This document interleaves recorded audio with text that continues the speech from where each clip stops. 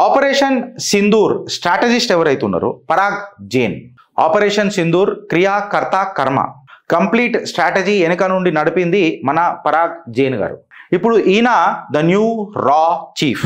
భారత్ యొక్క research and analysis wing ఏదైతే ఉందో దానికి రా చీఫ్గా నియమితులయ్యారు, అంటే ఆయనది అపాయింట్మెంట్ అయింది. పరాగ్ జైన్ రా చీఫ్ కంటే ముందు ఆయన ఒక ఐపీఎస్ ఆఫీసర్, ఐపీఎస్ క్యాడర్ల నుంచి వచ్చిన ఒక ఆఫీసర్. ఆయన ముందు ఏవియేషన్ రీసెర్చ్ సెంటర్ ఏఆర్సీని హెడ్ చేసిండు. ఈ ఏఆర్సీ అనేది రాల ఒక భాగం. ఈయనకు ఇప్పటికీ అపాయింట్మెంట్ అయింది కాబట్టి ఇంకా 2 years టెన్యూర్ ఉందంట. అయితే పరాగ్ జైన్ గారు రాల రావడం వల్ల పెద్ద ఆర్కిటెక్చర్ చేంజ్ ఏమైపోతుంది గిరీష్ అని చెప్పి మాట్లాడితే, మన రా అనేది రీసెర్చ్ అండ్ అనాలిసిస్ వింగ్ అనేది 1968లో మొదలైంది ఫ్రెండ్స్. 1968 కంటే ముందు ఏఆర్సీ రాలో ఉండేనా అంటే ఖచ్చితంగా అప్పుడు రాలేదు కాబట్టి ఏఆర్సీ అనేది మాత్రం ఉండే. అంటే రా కంటే ముందటి నుంచే ఏఆర్సీ ఉండే. ఏఆర్సీ అంటే aviation research centre. Aviation research centre ఏం చేస్తుంది, దాని రోల్స్ అండ్ రెస్పాన్సిబిలిటీస్ ఏంది, అది ఏ రకమైన ఆపరేషన్స్ చేస్తుంది, ఇప్పుడు మనం డీటెయిల్గా డిస్కస్ చేస్తాం. 1962 వార్ తర్వాత ఎప్పుడైతే చైనా మన నార్త్ ఈస్టర్న్ పార్ట్లో గుస్పేట్ చేసేసి కంప్లీట్గా పూలువాల చాచాకు చెవులో పువ్వు పెట్టింది చూడు చైనా హింద్ బాయ్ బాయ్ అని అంటే నీ బద్దలు కొట్టిన తర్వాత బాయ్ బాయ్ ఏముంటుంది అని ఆలోచిస్తున్నాం చూడు. 1962 తర్వాత ఏదైతే మన దగ్గర ఇంటెలిజెన్స్ ఫెయిల్యూర్ ఉండనో, మనకి ఇంటెలే లేకుండే కరెక్ట్గా చెప్తే, అప్పుడు బిఎన్ మలిక్ ఇంటెలిజెన్స్ చీఫ్ ఏదైతే ఉండనో ఈ ఇంటెల్ యొక్క గ్యాప్ని ఫిల్ చేయాలని అంటే నింపాలనంటే మనకు ఒక నిఘా వర్గం ఉండాలా, ఒక స్పై ఏజెన్సీ ఉండాలా, ఒక రా లాంటి ఏజెన్సీ ఉండాలా అని చెప్పి 1962లో ఈ గ్యాప్ని ఫిలప్ చేసే ప్రయత్నం చేసిండు. ఇన్ఫ్యాక్ట్ ఈ నార్త్ ఈస్ట్లో ఏవైతే మన ఇన్సర్షన్స్ అవుతాయి చూడు, దీనిని కంట్రోల్ చేయనీకే ఒక సంస్థను మొదలెడదాం అని చెప్పి డిసైడ్ చేశారు. అంటే ఈ సంస్థ ఎట్లుండాలని అంటే డీప్ ఏరియల్ సర్వలెన్స్ ఉండాలా, శత్రు దేశం మీద నిఘా పెట్టాలా, అక్కడ నుంచి డీప్ ఇంటెల్ అసెట్స్ మనకు రావాలా, మనం అప్రమత్తం అయ్యేటట్టు ఉండాలా అని చెప్పి ప్రాజెక్ట్ ఓక్ ట్రీ అని చెప్పి మొదలెట్టిండ్రు. ఒక ఎయిర్ సర్వేలెన్స్ టీమ్ని మొదలెట్టిండ్రు. మన చర్బాటియా ఎయిర్ బేస్ ఏదైతే ఉంది చూడు అక్కడ ఈ ఏఆర్సీని మొదలెట్టిండ్రు, ఏవియేషన్ రీసెర్చ్ సెంటర్ని. అంటే 1963లో ఎల్ఎస్ గ్రెవాల్ నేతృత్వంలో ఈ ఏఆర్సీ అనేది భారత్లో మొదలైంది. ఇది part of the intelligence bureau లెక్క పనిచేసింది. 1968 తర్వాత ఎప్పుడైతే రా భారతదేశంలో వచ్చిందో రాకి ఒక భాగంగా ఒక వింగ్గా ఏఆర్సీ జాయిన్ అయింది. ఇది డైరెక్టర్ జనరల్ ఆఫ్ సెక్యూరిటీ ఆయన నేతృత్వంలో నడుస్తుంది. ఆయన దీన్ని హెడ్ చేస్తాడు ఏఆర్సీని. డైరెక్టర్ జనరల్ ఆఫ్ సెక్యూరిటీ ఎవరైతే ఉన్నారో ఏఆర్సీతో పాటు స్పెషల్ ఫ్రంటియర్ ఫోర్స్ ఇంకా పారామిలిటరీ ఫోర్స్ ఏదైతే ఉంటుందో నేపాల్ భారత్ అండ్ భూటాన్కి రక్షణ కల్పించే పారామిలిటరీ ఫోర్స్ ఏదైతే ఉంటుందో దానికి కూడా నేతృత్వం వహిస్తారు. In fact covert international unit interceptional unit covert interceptional unit ఏదైతే ఉంటుందో దానికి కూడా director general of security head చేస్తాడు. దాన్ని ఏఆర్సీని కూడా ఆయన హెడ్ చేస్తాడు. 1998లో మనం ఎప్పుడైతే న్యూక్లియర్ టెస్ట్ చేసినామో ఏవియేషన్ రీసెర్చ్ సెంటర్ ఏదైతే ఉందో MiG-25 ఎయిర్క్రాఫ్ట్ని ఆల్మోస్ట్ ఇస్లామాబాద్ వరకు పంపించి మ్యాక్స్ స్పీడ్ ఆఫ్ 2.8 స్పీడ్లా ఇస్లామాబాద్ దాకా పంపించి కతువా ఎయిర్ బేస్ ఫోటోగ్రాఫ్స్ ఇవన్నీ తీసుకొని వచ్చి పాకిస్తాన్ న్యూక్లియర్ టెస్ట్ చేయబోతున్నది అని చెప్పి ఈ కీలకమైన ఇన్ఫర్మేషన్ ఏఆర్సీ చేసింది ఆనాడు. అంటే ఈ సంస్థ ఎంత గొప్పదో, ఆ సంస్థల నుంచి వచ్చిన ఈ ఆఫీసర్ దగ్గర ఎంత డేటా ఉంటుందో, భారత్కి సంబంధించిన ఎంత ఇంటెల్ ఉంటుందో, ఆ ఇంటెల్ని శత్రు భయంకరంగా భారతదేశానికి మద్దతుగా ఏ రకంగా యూజ్ చేయొచ్చు అన్నది మీరు ఇమాజిన్ చేయండి. అయితే ఏవియేషన్ రీసెర్చ్ సెంటర్ ఏదైతే ఉందో ఏఆర్సీ ఇది ఒక premier institute friends, premier agency కరెక్ట్గా చెప్పాలంటే ఒక ప్రీమియర్ ఏజెన్సీ. ఇది సిగ్నల్ ఇంటెలిజెన్స్తో పాటు ఎలక్ట్రానిక్ ఇంటెలిజెన్స్తో పాటు డీప్ పెనెట్రేషన్ సర్వలెన్స్ చేస్తుంది ఎనిమి టెరిటరీలలో. బద్దలు వలగొట్టే ఇంటెల్ బయటికి తీసుకొస్తుంది.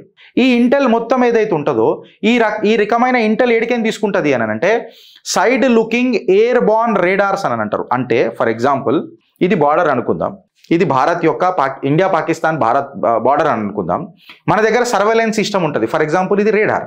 ఈ రేడార్ ఈ బార్డర్ దగ్గర నుంచి నువ్వు తీసుకొని పోతున్నప్పుడు లైన్ ఆఫ్ కంట్రోల్ దగ్గరలో నుంచి అఫ్ కోర్స్ దాన్ని ఏదైతే పరిమితి ఏరియా ఉంటుందో తీసుకొని పోతున్నప్పుడు దీన్ని మనము side looking airborne radars అంటాం.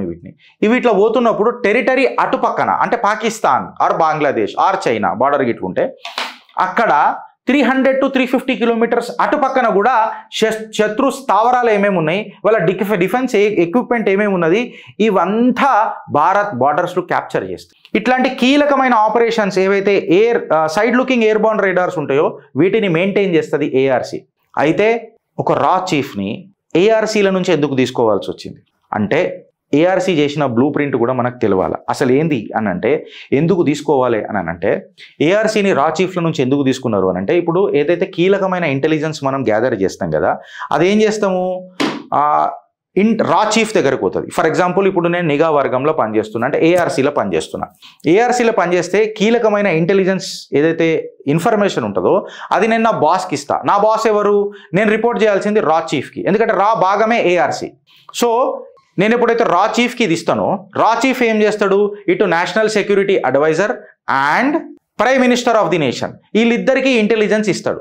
ఇచ్చిన తర్వాత నేషనల్ సెక్యూరిటీ అడ్వైజర్ లేకపోతే PM on the advice of PM involve అయ్యి దీన్ని రెస్పెక్టివ్ రక్షక బలగాలు అంటే ఎయిర్ ఫోర్స్కి ఇవ్వాలన్నా, నేవీకి ఇవ్వాలన్నా, మిలిటరీకి ఇవ్వాలన్నా అన్నది డిసైడ్ చేస్తాడు. అయితే ఇప్పుడు ఏవియేషన్ రీసెర్చ్ సెంటర్ ఏదైతే ఉందో ఇంకా ఇండియన్ ఎయిర్ ఫోర్స్ ఏదైతే ఉందో వీళ్ళు చేసేది కంప్లీట్గా నిజంగా చెప్పాలని అంటే ఆకాశ మార్గంలోనే పనిచేస్తున్నారు, సర్వేలెన్స్ ఎయిర్ బోర్న్ సర్వేలెన్స్ సిస్టంలోనే పనిచేస్తున్నారు. అయితే వీళ్ళిద్దరు డిపార్ట్మెంట్ అంటే ఇండియన్ ఎయిర్ ఫోర్స్కి ఏఆర్సీకి వీళ్ళిద్దరికి సినర్జీ కరెక్ట్గా లేదు.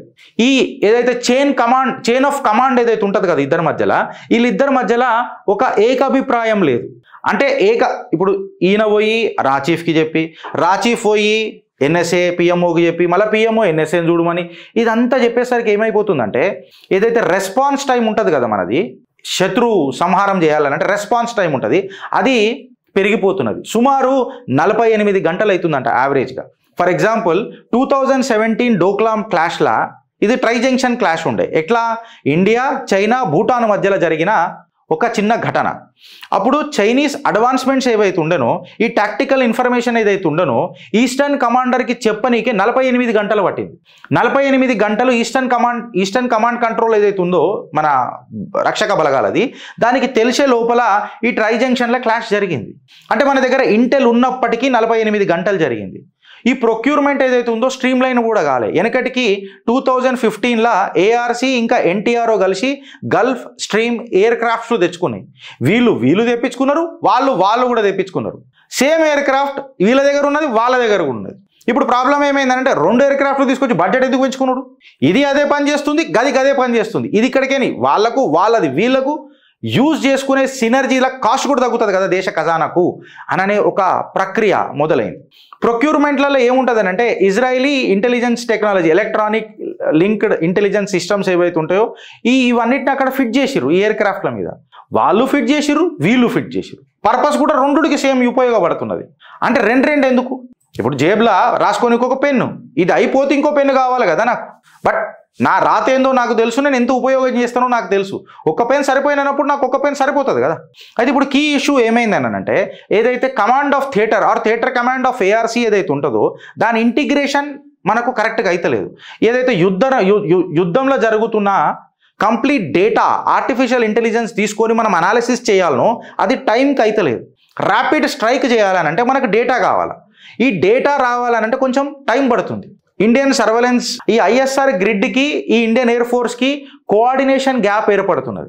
ఇప్పుడు 2019 బాలాకోట్ స్ట్రైక్లో కూడా మనం తీసుకొని చూస్తే ఏఆర్సీ ఏవియేషన్ రీసెర్చ్ సెంటర్ ఏదైతే ఉంది కదా ఫ్రెండ్స్ దాని దగ్గర పాత జైషే మొహమ్మద్ పాత ఇమేజెస్ ఉండే లొకేషన్స్. అట్లా ఎన్టీఆర్ఓ మన శాటిలైట్ నిఘా వర్గం ఉంటుంది కదా, ఎన్టీఆర్ఓ భారతదేశం నిఘా వర్గ శాటిలైట్ ఇమేజరీ దాని దగ్గర కొత్తవి ఉండే. అరే మీ దగ్గర పెట్టుకొని మేమేం చేస్తాం రాబాయ్, మాకు కూడా చెప్పాలి కదా, మా దగ్గర పాతవి ఉన్నాయి, ఆ పాతది మేము సూపర్ ఇంపోజ్ చేసి తెలుసుకుంటాం కదా ఏమేమవుతున్నదో ఎక్కడెక్కడ మూవ్మెంట్ అవుతుందో మూవ్మెంట్ అవుతుందో. మీ దగ్గర పెట్టుకొని తొక్కులు చేస్తారా, ఆచారాలు చేస్తారా అంటే ఇట్లా డిస్కషన్ కాదు కానీ చెప్తున్నా. అయితే ఇవన్నీ గ్యాప్లను ఖతం చేయాలని అంటే ఏఆర్సీ అనేది చాలా కీలకం. ఇండ్ల నుంచి ఒక రా చీఫ్ అయింది అనుకో ఈ డిపార్ట్మెంట్స్ అన్నిట్ల సినర్జీ తీసుకొస్తాడు. ఈ ఇంటెలిజెన్స్ గ్యాప్ ఏదైతుందో మన స్ట్రైక్ రేట్ ఇంప్రూవ్ చేయనికే, మన రెస్పాన్స్ టైం ఇంప్రూవ్ చేయనికే ఏఆర్సీ నుంచి పరాగ్ జైన్ గారిని ఇలా రా చీఫ్ లెక్క చేసిరు ఫ్రెండ్స్. ఇన్ఫ్యాక్ట్ ఇది ఒక మంచి మూవ్. ఇది మన డిజిటల్ బ్యాటిల్ నెట్వర్కింగ్ ఏదైతే ఉంటుంది కదా దాన్ని చాలా ఇంప్రూవ్ చేస్తుంది. నాట్ ఓన్లీ డిజిటల్ బ్యాటిల్, మన నెట్వర్క్ ఏదైతే ఉంటుంది కదా వార్ఫేర్ నెట్వర్క్ ఉంటుంది కదా అది కూడా ఇంప్రూవ్ అవుతుంది. అన్నిటికంటే కీలకం ఏందనంటే మన ఇంటిగ్రేషన్ చైన్ ఆఫ్ కమాండ్ ఉంటుంది కదా ఆర్మ్డ్ ఫోర్సెస్కి ఇంకా ఇంటెలిజెన్స్కి, ఇది ఒక సినర్జీ క్రియేట్ చేస్తుంది. సో అల్టిమేట్లీ రా చీఫ్ ఏఆర్సీతో అవ్వడం భారతదేశానికి శుభ సూచకం. దీనిపైన కమెంట్స్ ఏముండయి, బికాస్ మనకంటే ఎక్కువ ఇంటెల్ అక్కడ ఉంటుంది కాబట్టి. పరాగ్ జైన్ గారికి అభినందనలు తెలియజేస్తూ, మా టేబుల్ మీద కనబడే రొట్టె మా పిల్లల ఫ్యూచర్. మీరు త్యాగాలు చేసి మాకు జీవితాలు ఇచ్చి మేము జీతాలు తినేయాలి ఇంత కుషుకున్నామని అంటే అది మీ త్యాగాల ఫలితమే. మీకు ఒకసారి ఆల్ ది బెస్ట్ అనేది చాలా చిన్నగా అవుతుంది. మా ఆయువు కూడా మీ రక్షక బలగాలు పోసుకొని ఈ భారతాన్ని కాపాడాలని ఆశిస్తూ భారత్ మాతాకి జై ఫ్రెండ్.